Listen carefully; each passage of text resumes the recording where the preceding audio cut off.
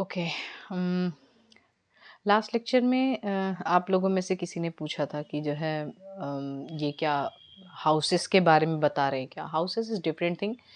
And ये जो कुंडली का ये प्रकार है, जैसे चार्ट जिस तरीके से बनाना है, चार्ट का एक तो ग्रॉस लेवल पे जो हो गया, जो 360 डिग्री का अगर मान लिया जाए तो 12 राशियाँ उसमें डिवाइड करके आ जाती हैं, ठीक है? तो 30-30 डिग्री की एक-एक राशि हुई। अब जब D2 बनाएँगे तो राशि को भी फिर से 2 में डिवाइड कर देंगे। 2 में डिवाइड करने का मतलब कि जैसे 30 का हो गया आधा कितना 15-15 अंश पे। तो पूरा जो ये कुंडली बनेगी D2 की वो 15 अंश के मतलब 15 डिग्री के जो है इतना इवैल्यूएट करना है और भी ज़्यादा अंदर जाके देखना है, ठीक है? उसी तरीके से जैसे D3 बताया, फिर D4 बताया, अब आते हैं D7 पे। D4 तक लास्ट लेक्चर में हो गया था। D7 मतलब अब राशि की जो डिग्री है, एक-एक राशि को 7 बराबर भागों में बाँट के उसके बाद उसके बारे में उसका कीन ऑब्ज़र्वेशन करके देखना है कि कौन-सा ग्रह किस जगह पे आया था, ठीक है? तो उस तरीके से जब D7 में देखते हैं तो सप्तमांश कुंडली कहते हैं, सप्तमांश चार्ट कहते हैं। इसमें जो होगा सबसे ज़्यादा मेन इम्पोर्टेंट अपने लिए है मेडिकल एस्ट्रोलॉजी के लिए, मेन चीज़ क्या होती है? डिजीज़ेज़, ठीक है? तो यहाँ पे इनफर्टिलिटी के बारे में जान सकते हैं कि फर्टाइल आगे इंसान होगा या नहीं होगा, या फिर अगर फर्टिलिटी है तो कितनी प्रोजेनी होनी है और चिल्ड्रंस कितने होने हैं। और दूसरी चीज़, चिल्ड्रन से आपके रिलेशनशिप कैसे होंगे, मतलब कुछ कुछ बच्चों से बनते नहीं हैं, वो बात ही में नहीं मानेंगे आपकी, कुछ कुछ बहुत ज़्यादा फॉलो करेंगे, यस आवर पेरेंट्स करके, है ना? तो वो अपने ऑफस्प्रिंग से मतलब अपने बच्चों से जो ऑफस्प्रिंग्स हैं आपके, बेबी बॉय हो या बेबी गर्ल हो, उनसे जो रिलेशनशिप रहेगा उसको भी दिखाता है D7 जो कुंडली है। और बच्चों का जो है जो इन्फ्लुएंस है वो भी दिखाता है, ठीक है? इस तरीके से D7 का जो है चार्ट हम लोग जब देखते हैं इस तरीके से। फिर D9 आता है नेक्स्ट। D9 को नवमांश कुंडली भी कहते हैं, इसको राशि कुंडली भी कहते हैं, ठीक है? इसमें मेनली क्या देखा जाता है? सबसे अच्छी बात तो ये है, या सबसे स्पेसिफिक बात इसको ये कह सकते हैं कि 35 से 37 एज में जो होता है ये मैनिफेस्ट होता है, ये वाली कुंडली, ठीक है? जब 35 से 37 ईयर्स की एज हो अगर पर्सन की, अगर वो कुंडली दिखा रहा हो तो D9 वाला ज़रूर देखना होता है। उसमें क्या रहता है? मैरिजेस देखते हैं, स्पाउस देखते हैं, मतलब आपकी शादी कैसी होगी, किस कहाँ पे होगी या हुई है तो कैसे उसमें रिलेशंस हैं आपके, ओवरऑल हैप्पीनेस को देखा जाता है ओवरऑल, मतलब आप खुश हैं क्या, या आपकी खुशी किस चीज़ में थी, या अब आगे कितनी खुशियाँ हैं। मतलब मेन चीज़ है कि आप कोर स्किल भी इसमें से ही देख सकते हैं, ठीक है? कोर स्किल मतलब कि जो चीज़ें छिपी हुई थी आप में, वो भी इसमें आप देख सकते हैं कि आपके अंदर क्या स्किल था और कहाँ आप हैं, ठीक है? राइटिशियसनेस देखते हैं, आपके जो अधिकार हैं, वो भी इसमें से दिखेंगे कि क्या-क्या चीज़ें आपको आगे चल के मिलेंगी। ट्रांसफॉर्मिंग फ़ेज़ होता है अगर लाइफ में, तो ये वाली कुंडली ज़रूर देखते हैं। ट्रांसफॉर्मिंग फ़ेज़ ये दिखाता है आफ्टर मैरिज का कि क्या-क्या चीज़ें आपको आफ्टर मैरिज की लाइफ, देखिए शादी बहुत बड़ा मतलब एक पड़ाव है ऐसा कह लीजिए लाइफ का। तो वो एक संस्कार में आता है। संस्कार क्यों इसको कहा गया हुआ है? संस्कार जब भी नाम आता है तो आप ये समझ लीजिए something is going to be change, क्योंकि जहाँ-जहाँ संस्कार शब्द आया है और जिस-जिस चीज़ के अंतर्गत आया हुआ है, वहाँ-वहाँ चीज़ें चेंज हुई दिखाई हुई हैं रिज़ल्टेंट में। तो विवाह भी एक संस्कार के अंतर्गत आ गया है। षोडश संस्कार आप जब भी एक वीडियो मैंने डाला हुआ था, उसमें आप देखिए, केवल वॉइस ही है उसमें। तो उसमें षोडश संस्कार में विवाह संस्कार भी है। विवाह संस्कार में भी ये चीज़ें चेंज होंगी, जहाँ-जहाँ संस्कार आएगा वहाँ-वहाँ चेंज होनी ही होनी है, ठीक है?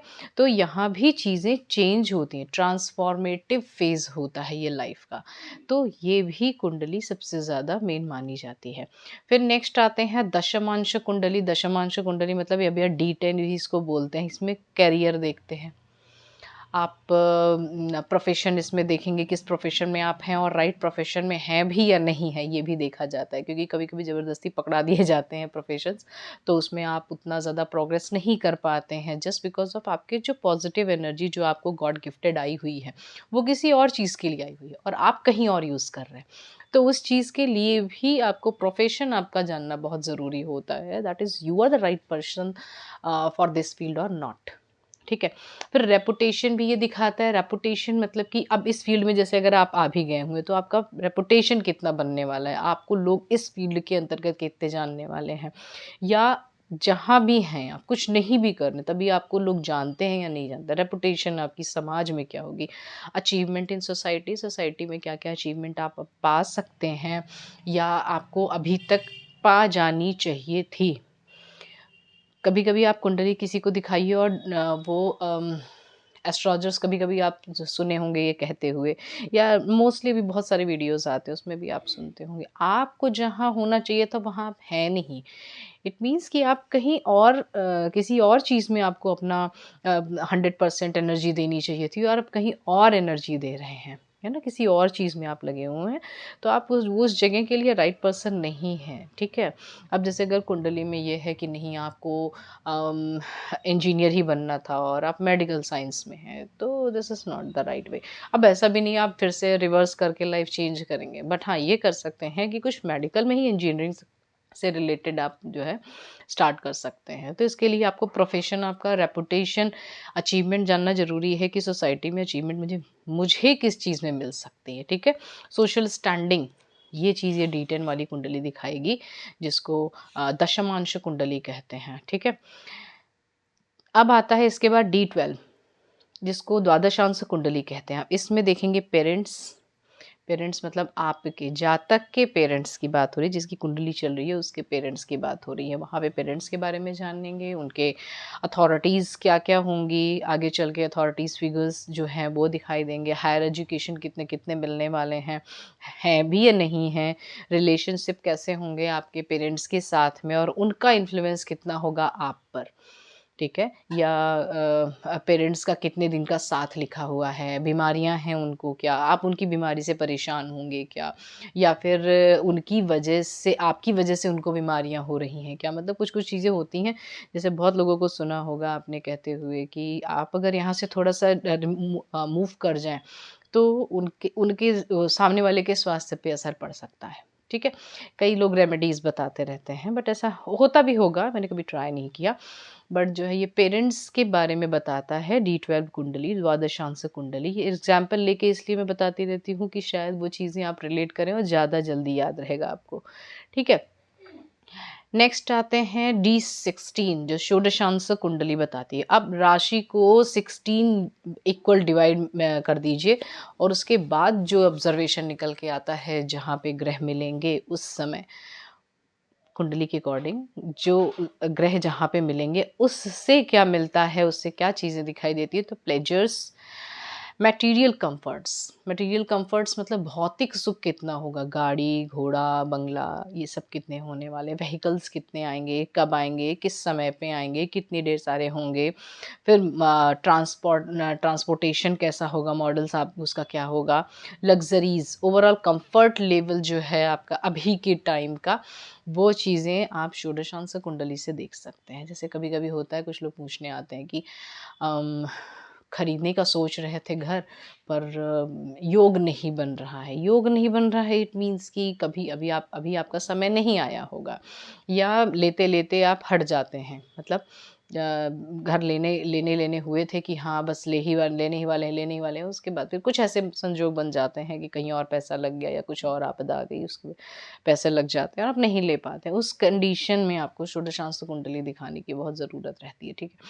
मेडिकल एस्ट्रोलॉजी में ये सब चीज़ें ज़रूरत नहीं रहती हैं, बट आगे चल के मैं इसको बताऊंगी कि कौन कौन से जो कुंडली के प्रकार हैं, कौन कौन से टाइम पे आपको देखना है, मतलब किस किस कुंडली के प्रकार को मेडिकल एस्ट्रोलॉजी में आप इन्वॉल्व कर सकते हैं। ठीक है। नेक्स्ट देखते हैं D20, विंशांश कुंडली इसको बोलते हैं, विंशति संस्कृत वर्ड है, तो विंश अंश मतलब कि 20वां अंश देखना है उसका। ठीक है।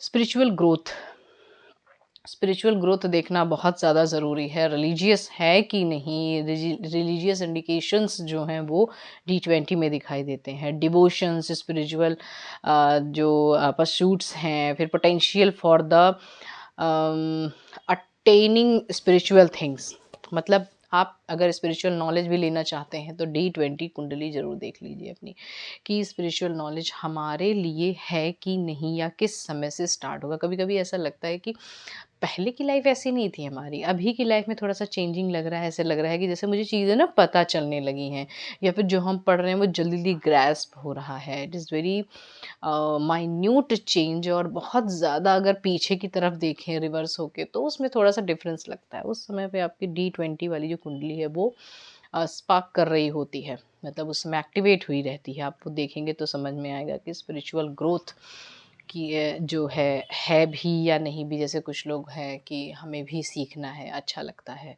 एस्ट्रोलॉजी सीखना, या बहुत सारे भी ब्लॉग्स दिखते हैं, बहुत सारे पॉडकास्ट दिखते हैं, कई नए-नए चेहरे भी देखते हैं एस्ट्रोलॉजी के लिए। तो वो D20 कुंडली आप देखिए, अगर आप उसके लायक हैं स्पिरिचुअल नॉलेज के, अगर आपको गॉड ने भेजा हुआ है उसके लिए, तो definitely you can go with this. ठीक है? नेक्स्ट देखते हैं D24 विंशांश कुंडली बोलते हैं इसको। चतुर्विंशांश कुंडली मतलब 24 पार्ट करने हैं एक राशि का। उसके बाद जो ग्रह जहाँ पे दिखेंगे जिस हाउस में, उसके अकॉर्डिंग जो ऑब्जर्वेशन निकल के आता है, मेनली वो एजुकेशंस, नॉलेज और एकेडमिक अचीवमेंट के लिए होता है। आप कितनी ज़्यादा अभी और पढ़ाई कर सकते हैं। स्पेशलाइज्ड नॉलेज मतलब स्पेसिफिक नॉलेज कहाँ मिलने वाली है, कब मिलने वाली, कब से स्टार्ट होने वाली है। इंटेलेक्चुअल इंडिकेशंस जो हैं ये भी चतुर्विंशति कुंडली से ही मिलेगा। मतलब D24 कुंडली जब देखेंगे तब आपको हायर एजुकेशन के बारे में आप उसमें से जान सकते हैं। D27 ये 27 नक्षत्र होते हैं ना, तो उसी को ही एक राशि को 27 इक्वल पार्ट में जब डिवाइड कर देंगे तो सिर्फ वो एक नक्षत्र दिखेगा, तो इसको नक्षत्रांश कुंडली भी कहते हैं।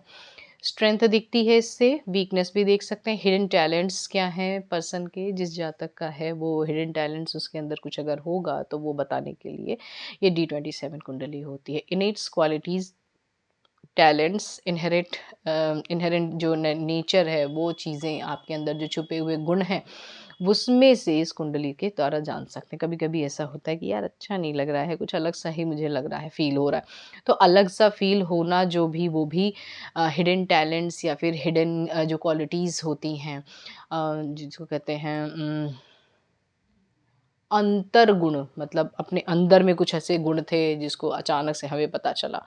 और या फिर ये D27 कुंडली दिखवा लीजिए, आपको पता करने की ज़रूरत नहीं है, वो खुद ही आपको एस्ट्रोलॉजर्स बताएँगे। ना नेक्स्ट आता है D30 कुंडली, D30 उसके बाद लास्ट आता है D40, नहीं सॉरी लास्ट नहीं है, D30 कुंडली है। D30 कुंडली के बारे में नेक्स्ट लेक्चर में बताएँगे, अभी केवल D27 तक। और यदि कोई क्वेश्चन होगा तो आप क्वेश्चन करके पूछ सकते हैं कमेंट्स में। Thank you.